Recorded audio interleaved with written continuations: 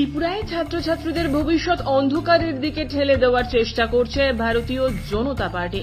বিস্ফোরক মন্তব্য করলেন ত্রিপুরা প্রদেশ যুব কংগ্রেসের সভাপতি নীলকমল সাহা।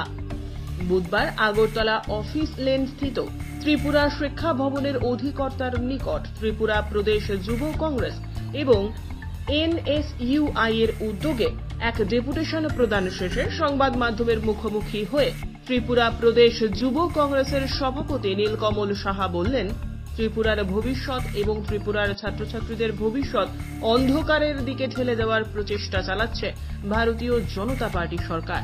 ত্রিপুরার 160টি উপজাতি এলাকার স্কুলগুলি বন্ধ করে দিয়ে সেসব স্কুলগুলিকে বড় স্কুলে যুক্ত করার সিদ্ধান্ত নিয়েছে ভারতীয় জনতা পার্টি সরকার।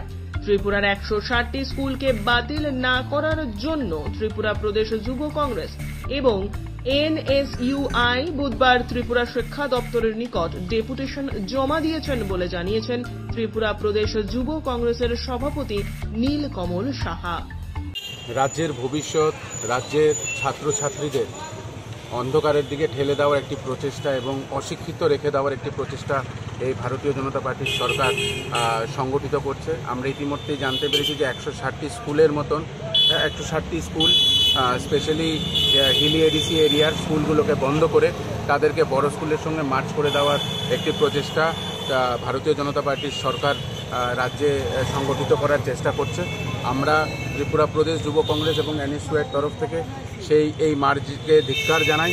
কারণ এই মার্জিং যদি হয়ে যায় এবং 95টি স্কুল আছে যেখান থেকে ছেলেমেয়েরা বড় স্কুলে যদি আসতে চায়, প্রপার রাস্তা নেই, প্রপার পরিকাঠামো নেই, তারা শেষ পর্যন্ত আমরা দেখতে পারবো যে তারা সেই স্কুলে ভর্তি হওয়ার থেকে বঞ্চিত থাকবে এবং তারা পড়াশোনা করা ছেড়ে দেবে।